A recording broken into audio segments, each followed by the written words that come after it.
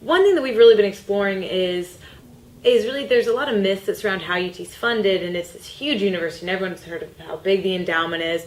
I want to just get a little feedback from y'all, what you know about how UT's funded. Do you think, UT has plenty of money? You think UT's barely getting by? No cheating, because you know things. but yeah, we'd love, because you're, an informed person, just, why, because that, I think, is a big, perhaps, factor or motivator or barrier to people's donations. So we're just trying to get a sense of what people perceive the university and funding.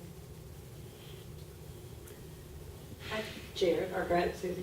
Well, no, I was going to say, I think that the perception is, and see if you agree, that UT has a lot of money. I think that we have thought that it's got oil money, it's got all sorts of investments, and has always done well in the past. Does everybody else agree before you go to the? I've heard that. Yeah. I know that not necessarily, But that's that is definitely a perception. Everybody. I'd agree with that perception. I've even heard that from faculty at other institutions that, University of Texas and all their oil money and their large endowment. Mm-hmm. Right. Jared? And you hear constant news updates about new gifts that have been given to the university. You see wealthy donors' names on buildings. You just have this perception that money is coming in constantly. I mean, there's 100,000 people buying tickets to a football game every weekend. Mm-hmm. And so people, I guess it also the confusion comes from people's lack of understanding of the way the budgeting structure and the way how precise gifts can be to the university. Whereas, I mean,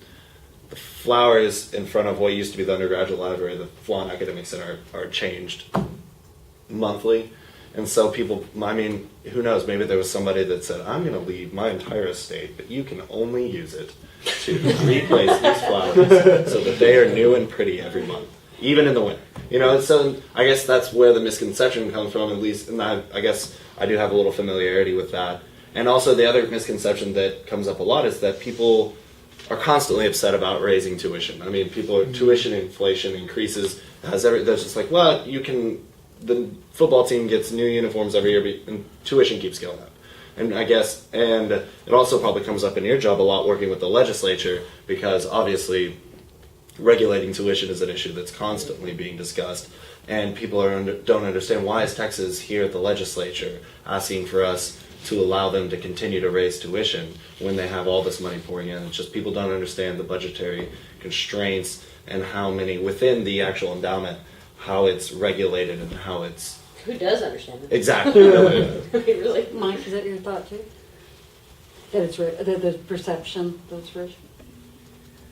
Yeah, and as far as, but we see the legislature every year, talking about how much money to give Texas and Texas A&M, and primarily as the Tier 1 universities, and we see the universities coming and asking for money every year, and the legislature having to cut back. So there is an awareness, at least, that they're not getting as much state money as they used to get.